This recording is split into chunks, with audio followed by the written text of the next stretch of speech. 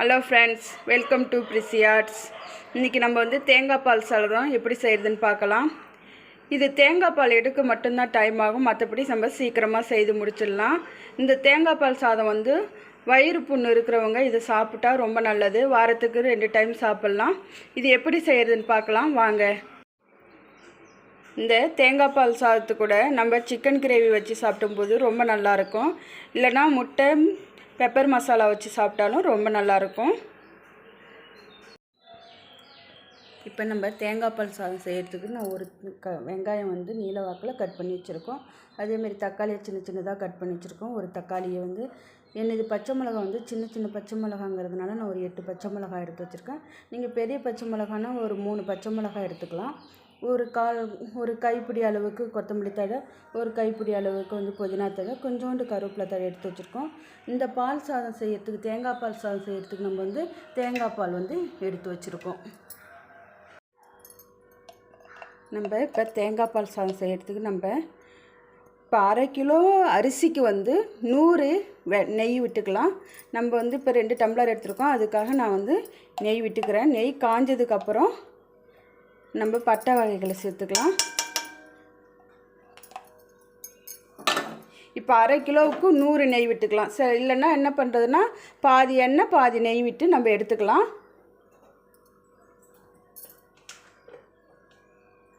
இப்போ நெய் காஞ்சதுக்கப்புறம் நம்ம வந்து பட்டை வகைகள் எடுத்துக்கலாம். 2 பட்டை எடுத்து வச்சுருக்கோம், கொஞ்சம் இலை எடுத்து வச்சுருக்கோம், 2 இலை எடுத்து வச்சுருக்கோம், கிராம்பு ஒரு 5 கிராம்பு எடுத்து வச்சுருக்கோம், இந்த ஸ்டார் பூ வந்து ஒரு 2 எடுத்து வச்சுருக்கோம், கொஞ்சோண்டு ஏலக்காய் பொடி வச்சுருக்கோம். இப்போ இது காஞ்ச உடனே இதில் ஆட் பண்ணிக்கலாம்.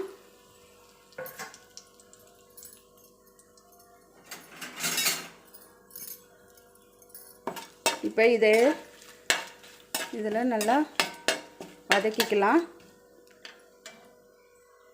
இப்போ வந்து நம்ம எடுத்து வச்சுருக்கிற வெங்காயத்தை இதில் ஆட் பண்ணிக்கலாம். வெங்காயம் நல்லா கோல்டன் ப்ரௌன் ஆகணும்னு அவசியம் இல்லை, ஒரு கண்ணாடி பதம் அளவுக்கு வந்தால் போதுமானது.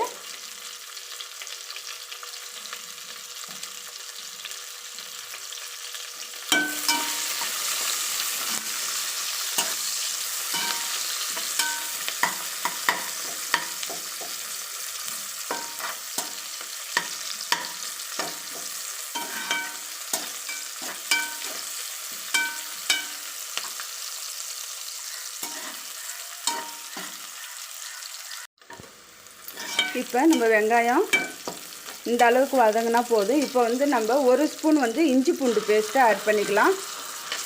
இஞ்சி பூண்டு பேஸ்ட்டு போட்டு ஒரு பச்சை வாசனை போக நம்ம வதக்கிக்கலாம். இப்போ இந்த தேங்காய் பால் சாதம் வந்து நம்ம பாஸ்மதி அரிசி, பச்சை அரிசி, ஜீரக சம்பா அரிசியில் நம்ம செய்யலாம். நான் இப்போ எடுத்துருக்கிறது வந்து பச்சை அரிசி எடுத்துருக்கோம்.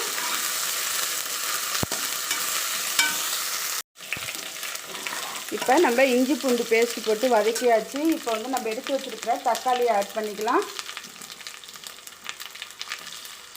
தக்காளி நல்லா குழைய வதக்கணும்னு அவசியம் இல்லை. இப்போ நம்ம கொத்தமல்லி தழை எடுத்துக்கலாம், அதேமாரி புதினா தழை எடுத்துக்கலாம். நம்ம எடுத்து வச்சுருக்கிற பச்சை மிளகாவையும் இதில் ஆட் பண்ணிக்கலாம். இப்போ இது எல்லாத்தையும் போட்டு நம்ம ஒரு வதக்கிக்கலாம்.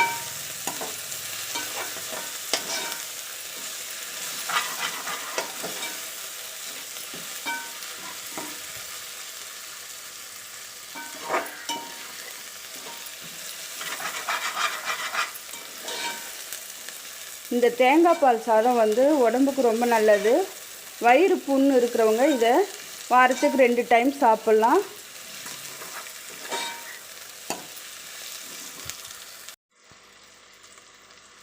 நம்ம இந்த அளவுக்கு வதங்கினா போதும். இப்போ வந்து நம்ம 1 டம்ளர் வந்து அரிசி எடுத்தால் அதுக்கு 2 டம்ளர் வந்து தேங்காய் பால் ஆட் பண்ணிக்கணும். எந்த அரிசி, பாஸ்மதி அரிசியாக இருந்தாலும் சரி, பச்சரிசி, ஜீரக சம்பா அரிசி, எந்த அரிசியாக இருந்தாலும் நம்ம 1 டம்ளர் எடுத்தால் அதுக்கு 2 டம்ளர் வந்து நம்ம தேங்காய் பால் எடுத்துக்கணும். நான் இப்போ இதுக்கு வந்து 1 தேங்காய் எடுத்துருக்கேன், அதை எடுத்து அதில் பால் எடுத்து வச்சுருக்கோம். இப்போ வந்து இதுக்கு தேவையான அளவு நம்ம உப்பு ஆட் பண்ணிக்கலாம்.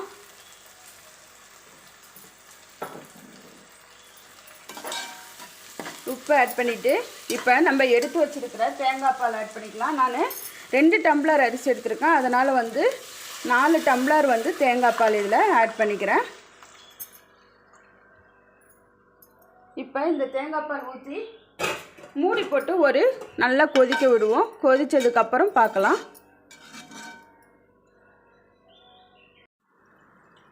இப்போ இது நல்லா கொதிக்குது.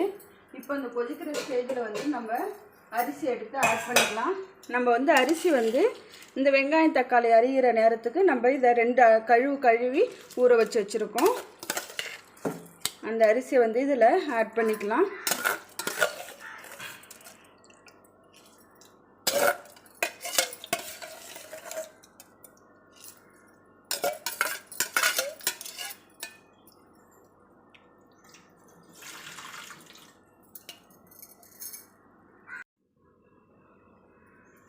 இப்போ இதை மூடி போட்டு வேக விடலாம்.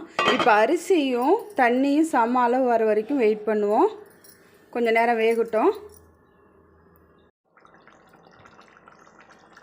இப்போ நம்ம ஊற்றின தேங்காய் பாலும் சாதமும் சம அளவுக்கு வந்திருக்கு. இப்போ இந்த ஸ்டேஜில் வந்து நம்மளுக்கு மஞ்சத்தூள் வேணும்னா கொஞ்சோண்டு மஞ்சத்தூள் ஆட் பண்ணிக்கலாம். நான் வந்து வெள்ளையாகவே இருக்கட்டும்ட்டு நான் இப்போ எதுவும் ஆட் பண்ணல. இப்போ வந்து நம்ம மூடி போட்டு ஒரு 10 நிமிஷம் சிம்மில் வேக விடலாம். இப்போ 1/2 கிலோ அரிசிங்கிறதுனால நம்ம 10 நிமிஷம் வேகப்படுறோம். இப்போ இதுவே 1 கிலோன்னா நம்ம ஒரு 15 நிமிஷம் நம்ம சிம்மில் வச்சு தம்மு போடலாம். இப்போ நம்ம ஒரு 10 நிமிஷம் இதை தம்மு போடலாம். அதுக்கப்புறம் பார்ப்போம்.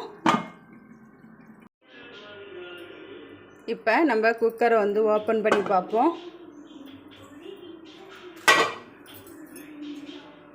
இப்போ நம்ம தேங்காய் பால் சாதம் வந்து ரெடி ஆகிடுச்சு. இப்போ பாருங்கள் எவ்வளோ உதிரியாக நல்லா வந்திருக்கு. இது செய்யறதுக்கு என்ன ஒரு 10 நிமிஷம் ஆகும். அந்த தேங்காய் பால் எடுக்கிற டைம் மட்டும்தான், மற்றபடி வந்து சீக்கிரமாக ரெடி ஆகிடும். இது கூட வந்து சிக்கன் கிரேவி வச்சு சாப்பிட்டா ரொம்ப டேஸ்ட்டாக ரொம்ப நல்லாயிருக்கும். இந்த மாதிரி நீங்களும் ட்ரை பண்ணி பாருங்கள். தேங்க்யூ.